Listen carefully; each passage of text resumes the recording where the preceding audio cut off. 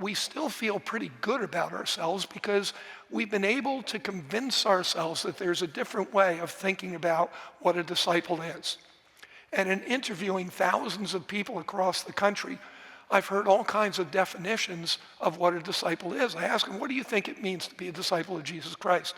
And you can see the things up on the screen there that people have told us in huge numbers. Well, I'm a disciple of Jesus because I'm a good person. Or I'm a disciple of Jesus because I go to church every week. Or I'm a disciple because I believe in God, I believe in Jesus. Forgetting that even the devil, Satan himself, believes in the existence of God and Jesus. That hardly makes you a disciple. I'm a disciple because I read the Bible, because I pray to God, because my parents were Christian. I was raised in a Christian home. Now, I'm going to say to you that none of those are adequate or accurate descriptions of what a disciple is. But again, you might be sitting there, the skeptic, the questioner, saying, but George, how do we know that you're right? How do we know that those are wrong?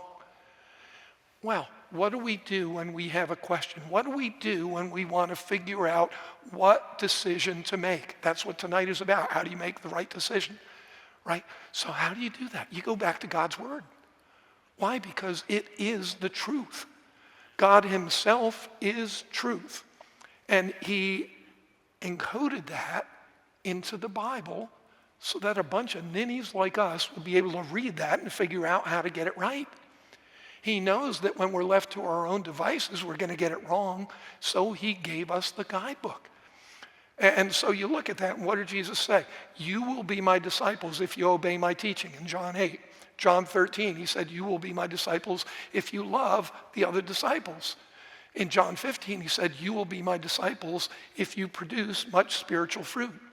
In Luke 14, 3 times he talked about discipleship. And in the first one, in verse 26, he said, you cannot be my disciple unless you love God more than anything and everything else in this world and in your life.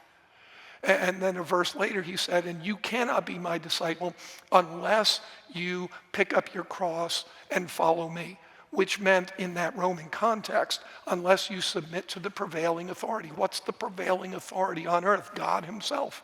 So you cannot be his disciple unless you submit to God.